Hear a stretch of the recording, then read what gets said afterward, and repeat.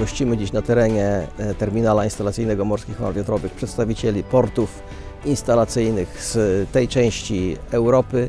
Wydarzenie ma służyć wymianie doświadczeń oraz prezentacji naszej nowej inwestycji Orlenu służącej do budowy morskich farm wiatrowych.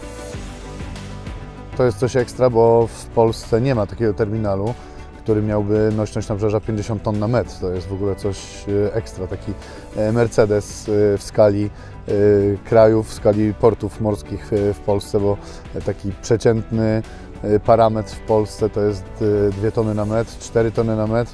To są już takie nabrzeża ciężkie tak zwane, na 50 ton na metr, 25 ton na metr. To są specjalistyczne nabrzeża do przeładunku naprawdę wielkich elementów.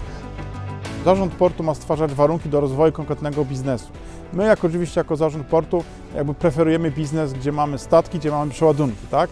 Produkcja nas mniej interesuje, no ale jak wiadomo w offshore jest tak, że najpierw jest produkcja, a potem są przeładunki statki. Także my generalnie zajmujemy się najmocniej tym stykiem wody z lądem i tutaj tymi operacjami umożliwiamy tę operację przeładunkowe. Tego typu spotkania budują, a oprócz tego wchodzimy również w te relacje, skracają się kontakty, znacznie łatwiej następnie ze sobą współpracować. Nie jest przypadkowa lista gości, bo to są prezesi wszystkich największych właśnie portów instalacyjnych w Europie.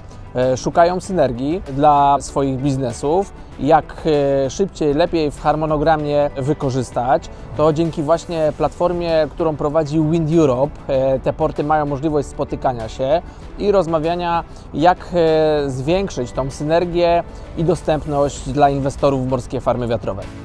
Są porty w Europie, które mają ogromne doświadczenie, jeśli chodzi o offshore i tutaj taka właśnie współpraca, wymiana doświadczeń pomiędzy portami już doświadczonymi z portami takie jak tutaj Świnoujściu, które dopiero zaczynają, są na początku tej drogi, na pewno jest bardzo ważna. Taka współpraca naprawdę jest tutaj niezbędna.